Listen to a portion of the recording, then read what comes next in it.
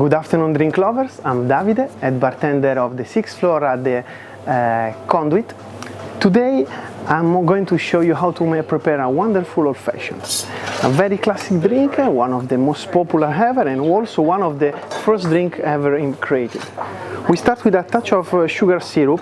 We do one part of sugar, 1 part of water, 10 ml, 2 drops of Angostura bitter. A Caribbean bitter gives a lot of spiciness, sexiness as well.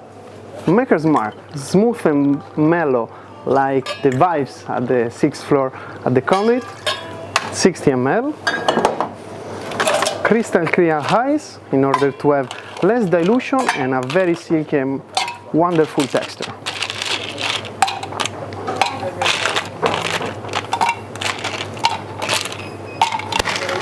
We will stir it for about 20 seconds.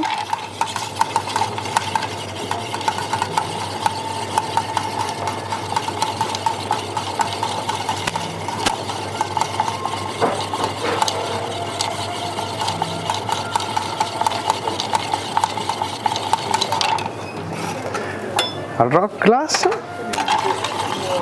just a little bit more, and voila.